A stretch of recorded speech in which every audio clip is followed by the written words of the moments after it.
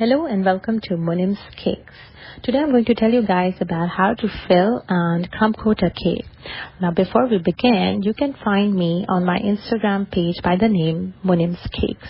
Alright, so let's just begin for our cake for today, which is a 5-inch cake like you can see here. Now I have already filled and stacked 3 layers of the cake, and I'm just going to put the 4th layer on top. Before I do that, you can see I have already put in like a border around the filling. Now this is a very common method where you put a border of buttercream, like you can see, like a white border, and then you fill in with whatever filling you have on the inside. Now this way you ensure that your filling won't leak and it's just going to be secure.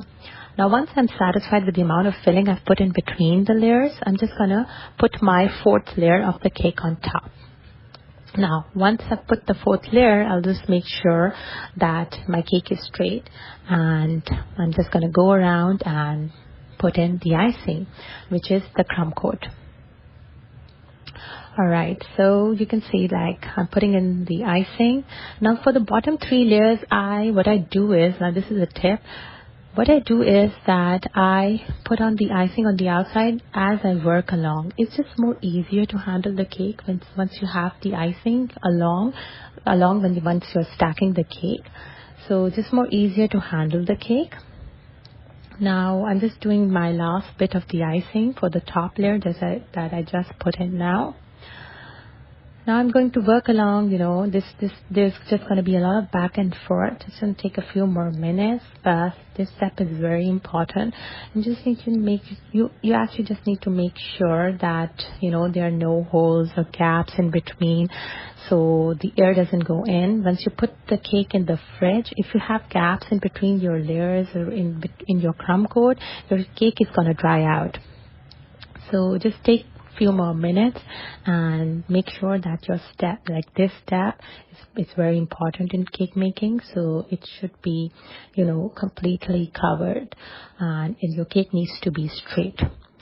For a straight cake and to achieve those sharp edges and to get the smooth finishing on your cake, you really need a perfectly straight crumb coated cake.